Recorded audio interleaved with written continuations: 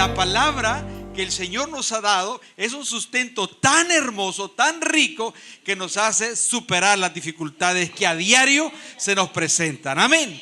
Y vivimos nosotros así cada día, y vienen las angustias, vienen las dificultades, y decimos: Padre, mira, este problema no es mío, es tuyo. Aleluya. Qué interesante, ¿verdad? Cuando un niño, usted sabe, cuando usted era un niñito, usted debe recordar eso. Digo, y tengo este problema, mamá, y ya mamá resolvía. Y nosotros, ¿qué es lo que creíamos? Que eso se iba a resolver, ¿verdad? Mamá, tengo hambre. Papá, tengo hambre. Y el papá no decía: mire, no tengo dinero. No, sí, ya vamos a comer, hijo, ya vamos a resolver esto. ¿Qué le parece? Y cuando nosotros, que ya pues somos abuelos, y algunos de ustedes también, algunos hijos nos llaman y nos dicen: mire, papá, tengo este problema. Y dice uno: ¿y tú crees que yo te voy a resolver? Sí, papá, usted me va a ayudar. Y nosotros decimos: pues yo no te voy a ayudar, porque arriba de mí hay otro papá que él sí sabe cómo resolver las cosas. ¿Qué le parece?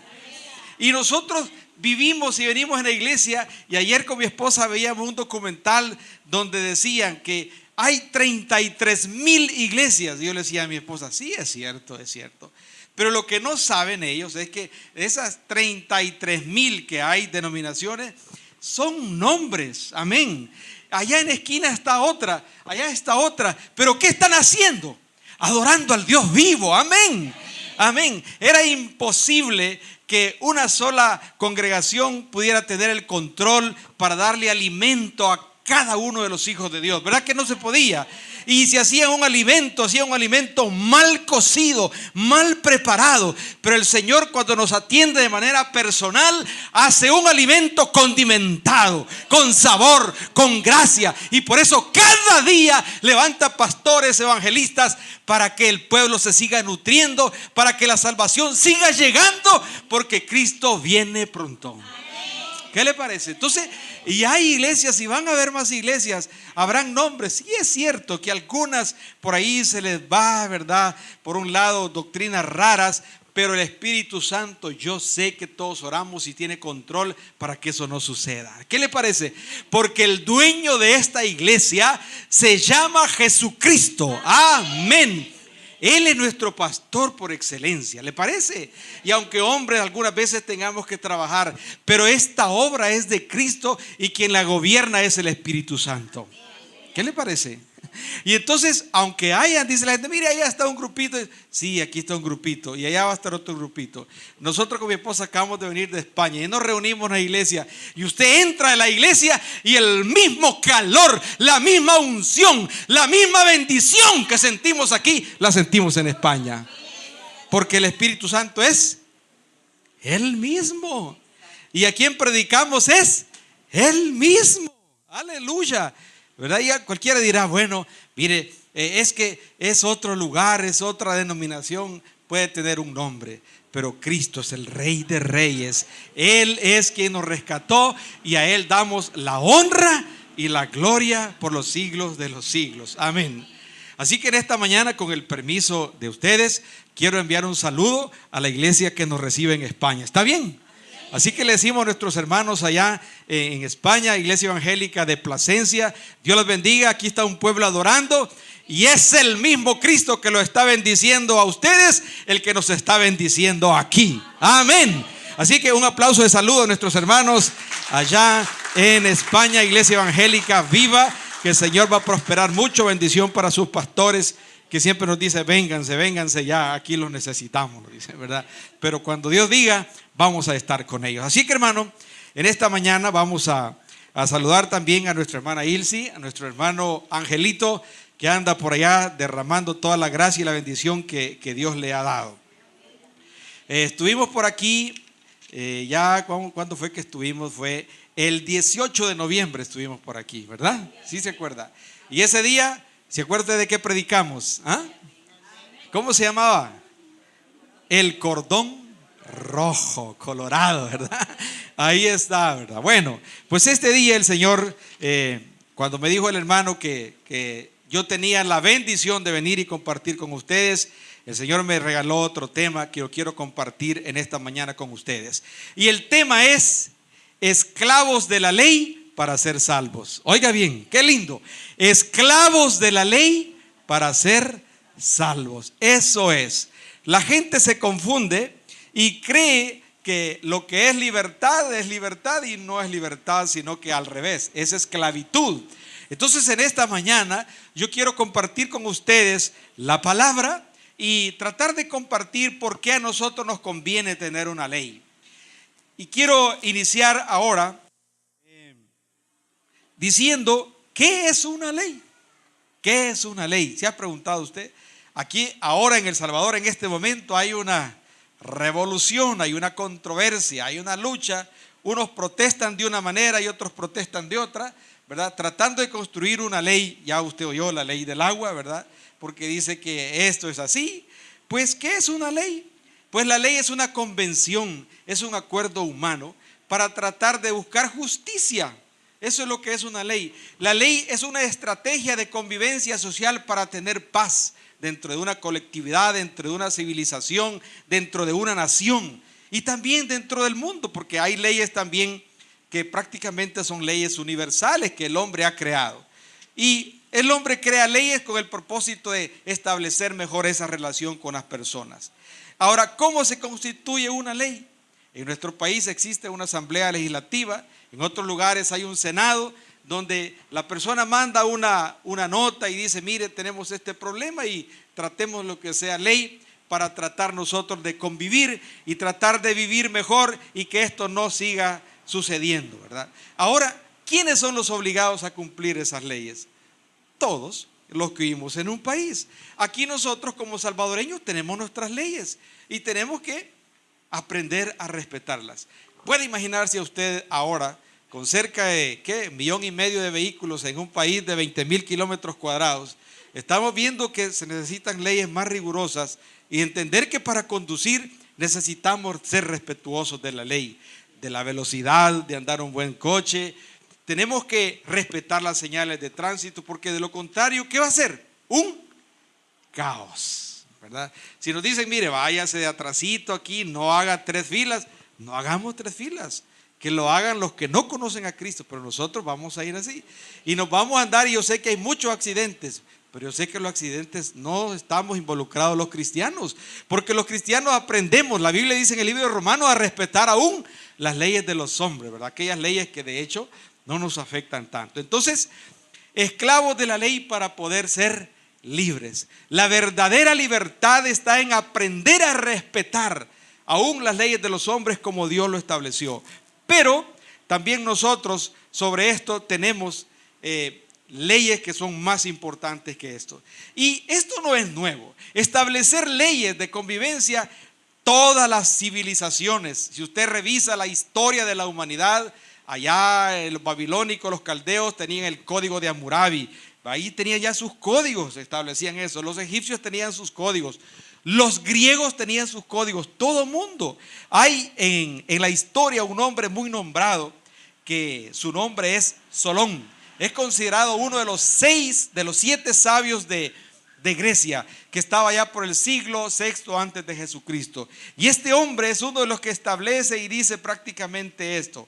Algunas veces nosotros tomamos parte de la literatura universal, general, secular, para establecer esos vínculos con lo que Dios nos enseña a través de su palabra.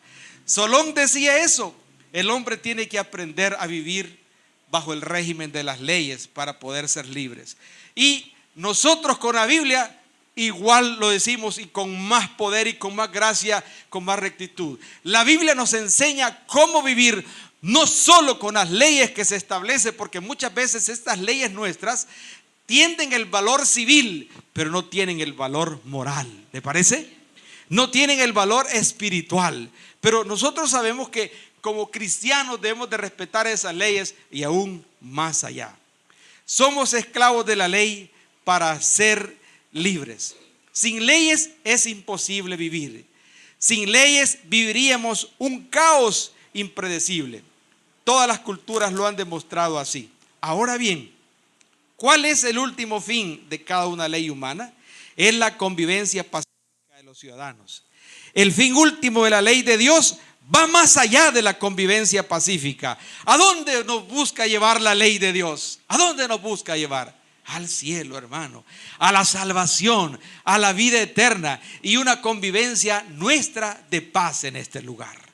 Cada uno de los cristianos tenemos que entender eso, que aquí vamos a vivir nosotros en paz. Amén. Y Dios pone como ensayo para vivir en paz esa convivencia. Dios en su sabiduría instituyó formas e instituciones de aprender a vivir en paz. Yo tengo que aprender a vivir con mi esposa. Ella es mi principal prójimo y la que tengo cercano, y yo para ella y ella para mí. Usted, su esposo, su esposa, sus hijos, su familia. Allí tenemos que aprender a practicar esa convivencia que el Espíritu nos da, para que esa convivencia de paz se pueda transmitir a la escuela, al trabajo, a donde estemos. Y esa forma y esa estructura de paz que solo el Espíritu Santo nos da, nosotros la transmitimos a las personas. Y nosotros predicamos en los púlpitos, pero también es necesario predicar con nuestro ejemplo. Amén. Que la gente diga: este tiene algo especial, esta persona, algo hay en él que no entiendo. Pues que no entienda, pero que disfrute que la paz que cada cristiano tiene se transmite, hermano. Amén. Se transmite. Y si no se transmite, pues tenemos que decir al Señor: Señor, ¿verdad? Algo está pasando. Nosotros tenemos unos vecinos y bueno, nos sentíamos mal porque no nos saludaban. Y le digo: Señor, ¿qué pasa, Señor? Si le hemos hecho algo a estos vecinos y no nos hemos dado cuenta, perdónanos. Pero yo no quiero estar viendo pucheros ahí en nuestros vecinos. Así le digo al Señor. Y un día cuando nos levantamos, ¿verdad? Y buenos días, digo a mi esposa: mira, nos está saludando los vecinos. Amén. Pero nosotros le dijimos a papá, le dijimos a él: Señor, si los hemos ofendido, a ellos perdónalos. Tal vez no le podemos decir, pero nosotros queremos que cada persona vea en nosotros esa gracia bendita. ¿Le parece? Que vean el reflejo de Cristo en nosotros, porque por eso estamos nosotros en esta tierra. Por eso Dios nos ha llamado, por eso Dios nos ha rescatado. La Biblia, los primeros 5 de la Biblia, que los judíos, los israelitas le llaman la Torá. Usted se lo sabe de memoria: Génesis, Éxodo, Levítico, Número, Deuteronomio. Ahí están leyes. Y Dios dictó en la Torá leyes detalladas a los hombres, ahí de cómo debían de convivir. Exagerado. Imagínese usted, casi 1 millón de personas en el desierto viviendo. ¿Qué le parece? Con una ley tan rígida que aún detalles mínimos, cuando uno lee el libro de Levítico, va a encontrar cosas tan interesantes. Aquí en el país en este momento hay una epidemia de fiebre tifoidea. ¿Y cuál es el problema de la epidemia de la fiebre tifoidea? Es el tratamiento inadecuado a los residuos humanos. Eso es. Y sabe que los israelitas en el desierto, hasta eso está en el libro de Levítico, tenían que llevar una estaca. Y con esa estaca ocultaban sus residuos humanos. ¿Para qué? No se generaran las contaminaciones.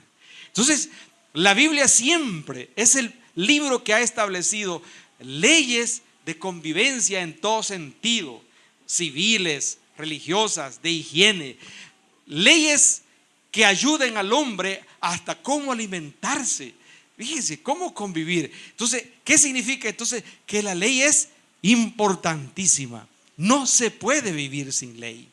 Cuando uno ve los 10 mandamientos y quiere establecer ahí, hermanos, ahí está todo lo que tendríamos que hacer para vivir en un mundo en completa paz. Ahí está todo, totalmente, para poder nosotros vivir en paz. Entonces, las leyes son importantes, no podemos nosotros obviarlas. En ella hay una sabiduría que nos permite a nosotros establecer una convivencia verdaderamente humana. La Biblia nos dice así y ahí estamos. Por eso nosotros queremos ser esclavos de la ley para ser libres. Voy a trasladarme en este momento hasta el Nuevo Testamento, donde yo quiero en esta mañana llegar a una porción de la Biblia en que aparentemente no nos da énfasis en la ley, pero ustedes van a encontrar en ella que sí. Y vaya conmigo al libro, la epístola que nuestro hermano Pablo escribió a Tito. Es una epístola muy chiquita, pero ya va a ver usted qué gran contenido es el que nos tiene esta epístola de nuestro hermano Tito. Porque la gracia de Dios se ha manifestado para salvación a todos los hombres, enseñándonos que, renunciando a la impiedad y a los deseos mundanos, vivamos en este siglo sobria, justa y piadosamente, aguardando la esperanza bienaventurada y la manifestación gloriosa de nuestro gran Dios y Salvador Jesucristo, quien se dio a sí mismo por nosotros para redimirnos de toda iniquidad y purificar para sí un pueblo propio, celoso de buenas obras. ¿Qué le parece?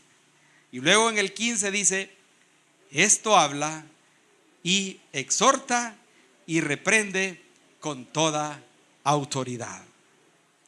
¿Qué tiene que ver la introducción que yo le hacía a este mensaje en esta mañana de hablar de la ley?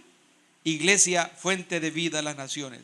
¿Qué tiene que ver esto, hablar de la ley? Pues aquí prácticamente está descrita la ley, que nosotros aprendamos a obedecer, porque sin obediencia no podemos vivir.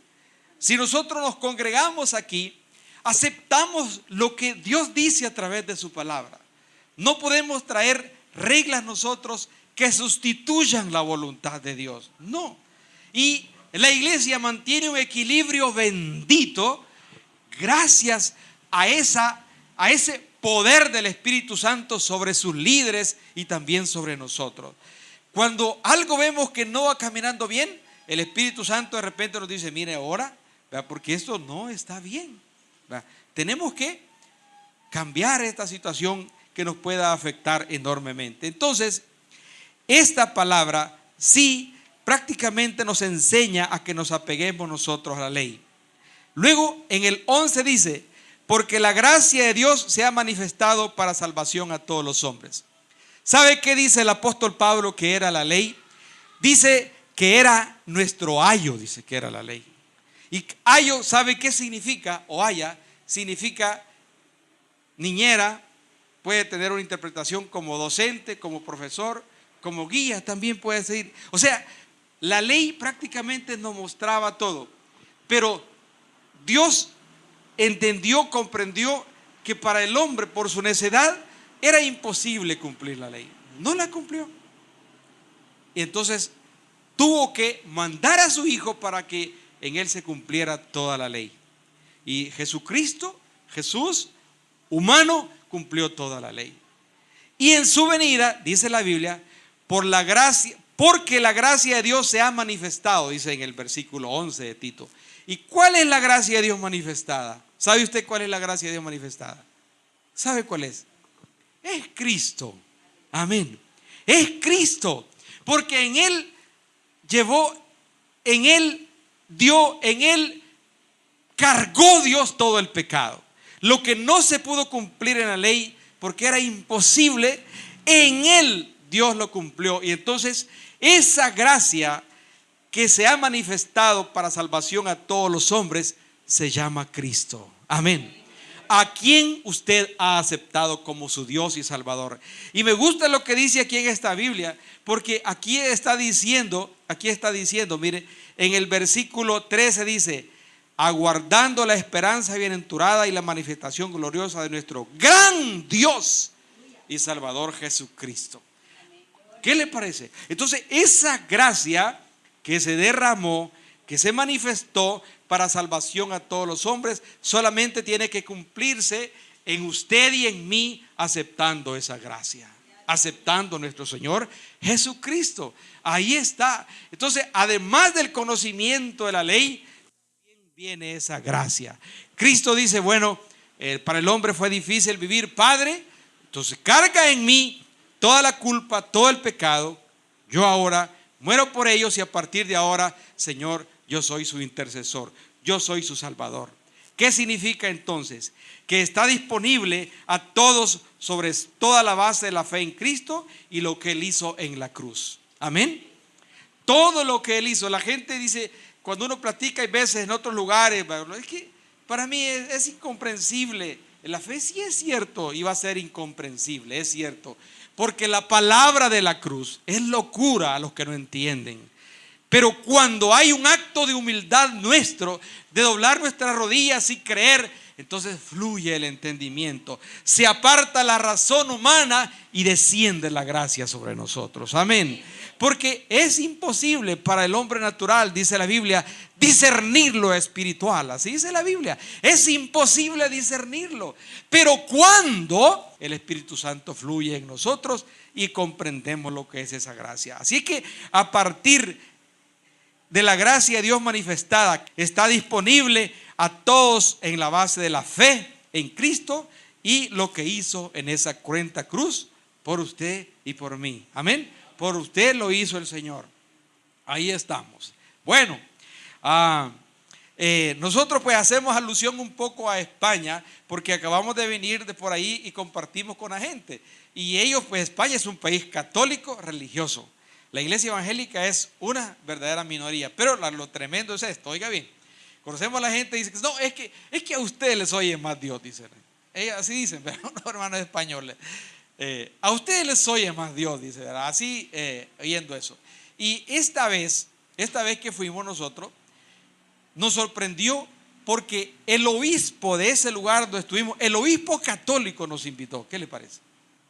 El obispo católico nos invitó a que estuvieran las iglesias y que la iglesia evangélica, oiga, fuera a predicar así como predicamos aquí. Hace 500 años y 200 años nos mataban y nos perseguían porque no le hacíamos caso al Papa. Ahora nos invitan a predicar porque saben que la verdad y el verdadero vicario de Cristo en la tierra es el Espíritu Santo. Y que ningún hombre va a sustituir a Cristo en esta tierra. Amén. Ningún hombre lo va a sustituir. Es imposible. Nadie va a tener esa autoridad. El líder de la iglesia se llama Jesucristo. Este que se hizo hombre, que fue manifestado para nosotros. Entonces la gente dice, no, es que ora por nosotros, dicen, ora por nosotros. Está consciente la persona que no es un aparato el religioso el que salva, sino que es la persona de Cristo que murió en la cruz del Calvario. Amén. Eso es. Bueno, ¿cómo nosotros vamos a aprender a vivir como enseña la Biblia? ¿Cómo vamos a aprender a vivir como enseña la Biblia si no tenemos la Biblia? ¿Cómo vamos a aprender a conocer lo que Dios quiere que hagamos, que es su ley, si no la tenemos? Y la gente enseñó a través de los años, de los tiempos, religión sin Biblia, imposible. Pero por la fuerza del Espíritu Santo, ahora sí, todas las iglesias tienen la Biblia. Cuando antes era pecado y con el perdón de la cámara, predicaban a la espalda y predicaban en latín. ¿Qué tal si yo estoy hablando aquí en hebreo, en arameo, en latín, en griego, en holandés? ¿De qué le serviría a usted? De nada. Pero decían ellos que solamente la persona que la madre, entre comillas, iglesia, tenía la autoridad para entender lo que la Biblia decía, tenía que explicarlo. Hoy nosotros entendemos que no tiene sentido, ¿verdad? Tenemos que hablar. Y la Biblia dice, será predicado el evangelio del reino, donde dice, en todas las naciones. Y no hay una lengua sola en las naciones. Hay dialectos, idiomas en todas partes. Entonces Dios iba a derribar esos muros absurdos que el hombre había creado para que no se extendiera su palabra. Esta vez estuve en un lugar donde se acaba de traducir un Nuevo Testamento en un dialecto español, porque Dios quiere que ese pueblo sea salvo, que esa región sea salvo. Y en ese dialecto se tradujo ese Nuevo Testamento. Yo fui a platicar esta vez con las personas que habían hecho el prólogo y todo, ¿verdad? A conversar con ellos. Y le digo, ¿y cuál fue el motivo? Para que llegue el evangelio a todas las personas, que no hablan bien el castellano. Entonces, a diferencia de lo que el hombre ha querido hacer a través de los tiempos, el Espíritu Santo sabe cómo obrar por su gracia para que todas las personas, como dice la Biblia, alcancemos la salvación. Porque la gracia de Dios, dice, se ha manifestado para salvación para todos los hombres. ¿Qué le parece? Todos los hombres. Y todos los hombres, ¿dónde están? Hasta el último rincón de la tierra. Ahí están todos los hombres. Entonces Dios tenía que derribar esos muros que el hombre había hecho para que la palabra no creciera. Entonces, enseñándonos que renunciando a la impiedad y a los deseos mundanos, vivamos en este siglo. Y vamos a vivir en este siglo conforme a la voluntad de Dios, solamente conociendo su ley, conociendo su palabra. No hay otra forma. Y por eso es que tenemos que congregarnos, y el centro de nuestra adoración es nuestro Señor Jesucristo, y es la exposición de su santa palabra. Amén. Es la exposición. Por esa palabra estoy yo aquí, que me impactó, que digo, sí, Señor, te necesito, ¿verdad? Por esa palabra que impactó, está usted aquí sentadito y sentadita, porque digo, sí necesito esta palabra. La necesito y la vamos a necesitar siempre. Entonces, enseñándonos que renunciando a la impiedad y a los deseos mundanos, vivamos en este siglo, dice la Biblia. ¿Sabe cómo dice que quiere que vivamos? Sobria, justa y piadosamente. Así dice la Biblia que quiere que vivamos. Sobria, justa y piadosamente. ¿Y dónde lo vamos a aprender? Eso no lo vamos a aprender en la Constitución de la República del Salvador, ni en la Constitución de cada país, porque ellos se preocupan por las leyes civiles. Y ahí quedémonos bien, ¿verdad? Y respetémoslas a nosotros. Pero Dios se preocupa para darnos una ley que nos lleve a la vida eterna, que haga de nuestra convivencia una convivencia feliz y agradable. Amén. Que vivamos en familias felices. Amén. Aleluya. Porque esto lo vamos a compartir en la familia, en el trabajo, en la calle, en la iglesia, donde estemos, donde vivamos. Ahí lo vamos a hacer. Amén. Y eso no es una letra muerta. Y esto no necesita un abogado que venga y que nos diga, mire, la va a interpretar de esta manera. No, porque el Espíritu Santo nos da la interpretación. Sabemos eso, ¿verdad? Sabemos eso. Aquí no hay tales. Cristo murió, nos dio el ejemplo de vida. Ahora dice, vosotros viváis sobria, justa y piadosamente. Haciendo una pequeña interpretación de esta palabra, ¿qué es sobriedad? Pues sobriedad, amado hermano, es dominio propio, es moderación, ¿verdad? Y esa sobriedad de vivir, oiga bien, en una cultura la gente la va a vivir, no, es que esto está correcto, dice, pero en la cultura cristiana Dios nos dice, esto es tu sobriedad, aquí tienes que vivir así, amén. Y el Espíritu Santo nos va guiando más.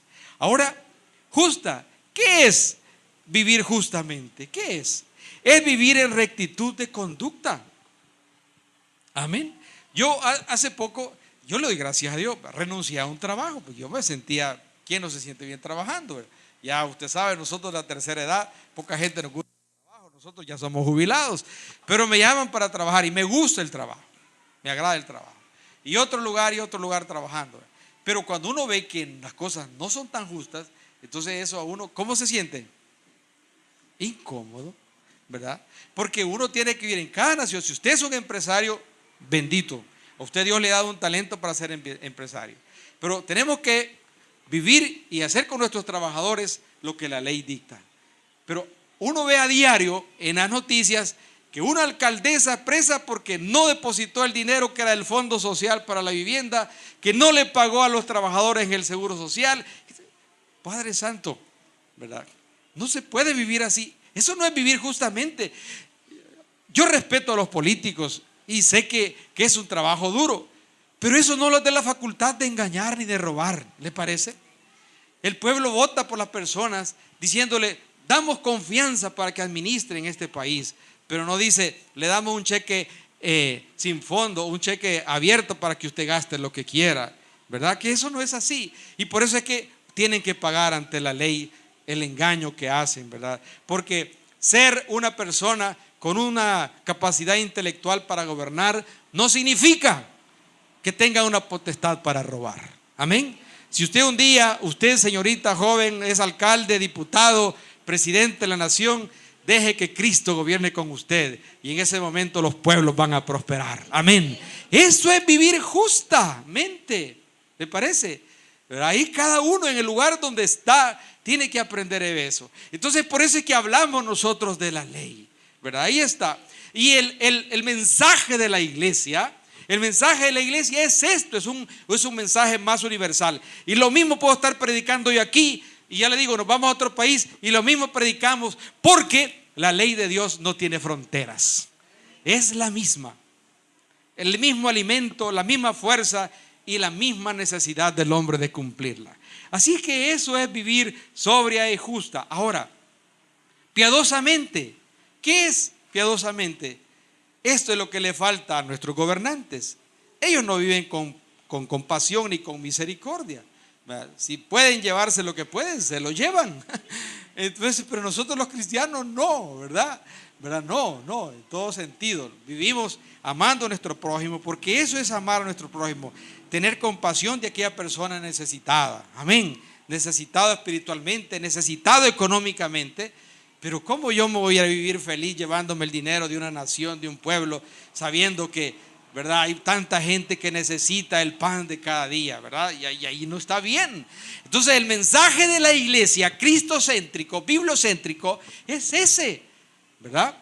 Con toda sobriedad, con toda justicia y con toda piedad. ¿Qué le parece? Y pareciera ser que cuando iniciamos a hablar no íbamos a hablar de la ley, pero ahí es, porque la ley de Dios es preciosa. Amén. Y nos hace vivir en paz. ¿Sabe qué dice mi Biblia? Que la riqueza que da Jehová, ¿verdad?, tiene paz. ¿Qué le parece si un gobernante sale de sus 5 años, de sus 4 años y se va tranquilo porque no se llevó ni un centavo? El presidente del Uruguay entró con un Volvajito a trabajar como presidente y en un Volvajito terminó. Y anda sin guardaespaldas en la calle, sin que nadie le escupa, sin que nadie lo señale, porque llegó a trabajar, ¿verdad? Ojalá que acepte a Cristo el presidente de Uruguay para que haga completa su obra Dios en él, ¿verdad? Y ahí está. Entonces eso es. Entonces el mensaje de la iglesia va más allá, ¿se da cuenta usted? De una simple ley, ¿verdad? Este hermano, este amigo Solón, uno de los sabios griegos, tenía razón en lo que decía, pero la Biblia tiene más razón porque va más allá, aparte de eso. Bueno, ahora bien, y viviendo así, pero en el versículo 13 dice otra cosa muy linda para compartir con nosotros esta mañana. Aguardando la esperanza bienaventurada de nuestro gran Dios y Salvador Jesucristo. Qué lindo. Qué lindo, ¿verdad? Para nosotros Jesucristo es Dios, que tuvo condición humana y fue humano, fue 100% hombre, padeció y vivió. Pero la Biblia dice aquí que es nuestro gran Dios y Salvador. ¿Y sabe qué lindo? Que los testigos de Jehová no le pueden quitar eso, porque así dice. Y aunque quieran, no le pueden quitar, ¿verdad? Que es un hijo, no es un hijo, es el único hijo de Dios, amén. Y es Dios. Que nos cueste entenderlo, es cierto, porque así es nuestro razonamiento humano, es así. Pero aquí dice, aguardando la esperanza bienaventurada de nuestro gran Dios y Salvador Jesucristo. Aleluya. Denle el aplauso, pues, déselo fuerte entonces, ¿verdad? Eso es así, es así. Ahora bien, ¿por qué vivimos sobria, justa y piadosamente? Porque creemos nosotros que viviendo así estamos con la esperanza bienaventurada de nuestro gran Dios. Ahora yo le pregunto, ¿cuál es esa esperanza bienaventurada? ¿Cuál es esa esperanza bienaventurada? Cuando nosotros predicamos, como les dice a ustedes el hermano Angelito, como trabajamos nosotros en los institutos bíblicos, siempre nos gusta dar doctrina, ¿verdad? Nos gusta hablar de doctrina. Pues aquí, en este versículo 13, hay doctrina. ¿Sabe cuál es la esperanza bienaventurada? Es el arrebatamiento es el rapto o la traslación de la iglesia. ¿Qué le parece? Dicho de las tres maneras, ¿qué es lo que la iglesia espera en este momento? Es el rapto, el arrebatamiento o traslación, como lo diga cualquiera. Y esta es doctrina de quilates de oro. La iglesia va a ser arrebatada, va a ser transformada. ¿Cómo? No me pregunten, no sé, pero va a ser arrebatada. Mire, ¿cómo es posible, pregúntese usted, que toneladas de toneladas de toneladas de toneladas de agua suben a la atmósfera? Se detienen las toneladas de agua y después caen. ¿Cómo es posible? ¿Se ha puesto a pensar en esos fenómenos? Quieren hacer explicación. Pues Dios nos va a levantar. Y la Biblia dice que vamos a ser transformados, dice. Pues eso tenemos nosotros que verlo siempre en la palabra, aguardando la esperanza. Aguardemos esa esperanza con el conocimiento genuino de la palabra. Aguardemos esa esperanza cada día. Señor, si vienes hoy, yo aquí estoy. Aquí estoy, Señor, ¿verdad? Y a nosotros nos gusta ver algunos reportajes que están haciendo algunas iglesias sobre el arrebatamiento de la iglesia, ¿verdad? Usted véalo. Me gusta a mí la imaginación de los artistas, ¿verdad? Que alguien va conduciendo, de repente se va el coche, que va en un avión y se pierde el piloto, ¿verdad? Y así va a ser, realmente, ¿verdad? Estarán dos, dice la Biblia, uno será tomado y el otro será dejado. Cuidado ahí, ¿verdad? Ojalá sea el esposo y la esposa, porque ahí está hablando de esas personas que están juntitas, ¿verdad? Alguien tal vez dice, voy a la iglesia solo por acompañar a Casimiro, pero me aburre, ¿verdad? Ojalá que no sea así, que venga a la iglesia para degustar la presencia del Espíritu Santo. Amén. Entonces, aguardando la esperanza bienaventurada. La esperanza bienaventurada es decir, el arrebatamiento, el rapto, la traslación de la iglesia. Pero como nosotros, los cristianos, así nos han enseñado, ¿verdad? Que cuando hablemos de algo, nos vayamos a la Biblia, ¿verdad que sí? Pues vamos a la Biblia, ahí en su Biblia usted lo tiene. Primera de Tesalonicenses, ahí vamos a encontrar lo que estamos hablando en esta mañana. Y fíjese, Pablo estaba hablando a nuestro hermano Tito acerca de eso, pero también le está enseñando doctrina preciosa, doctrina fundamental para que sea transmitida a la iglesia fuente de vida a las naciones y que sea transmitido, porque es bien lindo ver en YouTube los mensajes, ¿verdad? Ya nosotros nos deleitamos viendo los mensajes de las personas que vienen acá con ustedes, a nuestro hermano Ángel también disfrutamos viendo eso. Luego dice aquí así, Primera de Tesalonicenses capítulo 4 versículo 13, dice aquí, oiga bien lo que dice, literalmente dice así: tampoco queremos, hermanos, que ignoréis acerca de los que duermen, para que no os entristezcáis como los otros que no tienen esperanza, la gente que no ha conocido ni aceptado a Cristo. Porque si creemos que Jesús murió y resucitó, así también traerá Dios con Jesús a los que durmieron en él. Por lo cual os decimos esto en palabra del Señor, que nosotros, que vivimos, que habremos quedado hasta la venida del Señor, no precederemos a los que durmieron. Porque el Señor mismo, con voz de mando, con voz de arcángel, con trompeta de Dios, descenderá del cielo y los muertos en Cristo resucitarán primero. Luego nosotros, los que vivimos, los que hayamos quedado, seremos arrebatados juntamente con ellos en el aire, y así estaremos siempre con el Señor. Por tanto, alentaos los unos a los otros con estas palabras. Y dicen, mire, ¿y cómo es que ustedes dicen que Dios se los va a llevar a los cielos? Y no aquí dice, pues, yo no lo estoy diciendo. Nosotros hablamos con doctrina y con palabra. Amén. Con la Biblia, con ello hablamos. Y no vamos a discutir con nadie, ¿verdad? Aquí está. Entonces, aquí está. Y por eso es que Dios nos dice, conoce mi ley, conoce mi ley, conoce mi ley, conoce mi palabra. conoce esta palabra para que nos alentemos, nos animemos. Vamos a vivir con gracia y paz en esta vida y también vamos a disfrutar de la comunión en el Espíritu, ¿verdad? Amén. Vamos a vivir esa comunión. Y por eso es que no nos cansamos de predicar. Y cuando a mí me dice, yo le digo a mi esposa, mira, dice que vamos a predicar con gozo, con alegría, para compartir esta palabra. Amén. Para compartirla, disfrutarla. Es lindo compartir en hermanos la palabra, ver esas verdades que están aquí, que no son mías, son del Dios eterno para nosotros. Amén. Esto no es así, no es una letra muerta, no es una constitución efímera. Las leyes del hombre hoy las hace y está bien, y de repente las cambia porque dice, bueno, esta ley no estaba bien así, ¿verdad? Tenemos que mejorarla porque falló en esto. Esta no ha fallado, ni va a fallar. Es escrita para todos los tiempos, para todas las naciones, para todos los hombres que crean. Es así.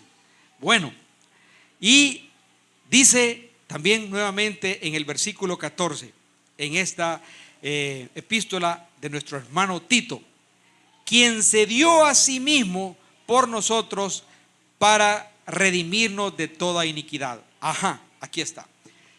Oiga bien, nosotros no podemos, oiga bien, nosotros no podemos vivir sin iniquidad, pero Cristo, Él se entregó a sí mismo para redimirnos de toda iniquidad y purificar para sí un pueblo propio, celoso de buenas obras. Él nos purifica y está ante el Padre. Esta vez con mis nietos allá compartíamos en España en las noches cuando hacíamos nuestra devocional, y uno de mis nietos me decía, mira, papá José, pero nosotros somos siempre pecadores. Sí, somos pecadores, pero explícame eso, ¿verdad? ¿Cómo es eso? Pero yo no quiero pecar. Pues sí, es cierto, nadie de nosotros quiere pecar, pero nuestra naturaleza es de pecado y pecamos, le decía.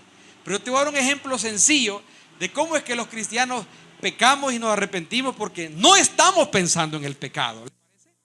Pecamos de repente por algo, ¿verdad? Por eso es que tenemos que vivir siempre pidiendo perdón, ¿verdad? Entonces yo le decía a él, te voy a hacer una pregunta a ti, y se le hago una pregunta a usted en esta mañana. ¿Alguno de ustedes ha derramado agua en la mesa? ¿Fresco? ¿Gaseosa? ¿Se le ha caído la comida? Y le pregunto, ¿usted la ha querido derramar? Pero inmediatamente, ¿cómo se siente? Apenado. Peor si es un cumpleaños, si es una boda, y está el mantel blanco y botó todo, ¿verdad? Entonces, así pecamos nosotros los cristianos, por un estado de emoción que no lo controlamos, porque esa es nuestra naturaleza. Pero nosotros no queremos pecar. Amén. No queremos pecar, pero tenemos naturaleza de pecado. Y por eso inmediatamente dice mi Biblia y dice la suya y la de todos los cristianos del mundo, hijitos míos, estas cosas os escribo para que no pequéis. Así dice. Esta palabra la escribo para que no pequéis, para que leas, para que te alimentes, para que goces en ella, para que sea más prudente cada día, para que sea más sobrio, más justo, más piadoso. Yo te escribo esta palabra, estas cosas las escribo para que no pequéis. Pero si alguno de vosotros ha pecado, abogado tiene ante el Padre, ¿a quién? A Jesucristo. Aleluya. No dice a San Caralampio, a San Pirulín.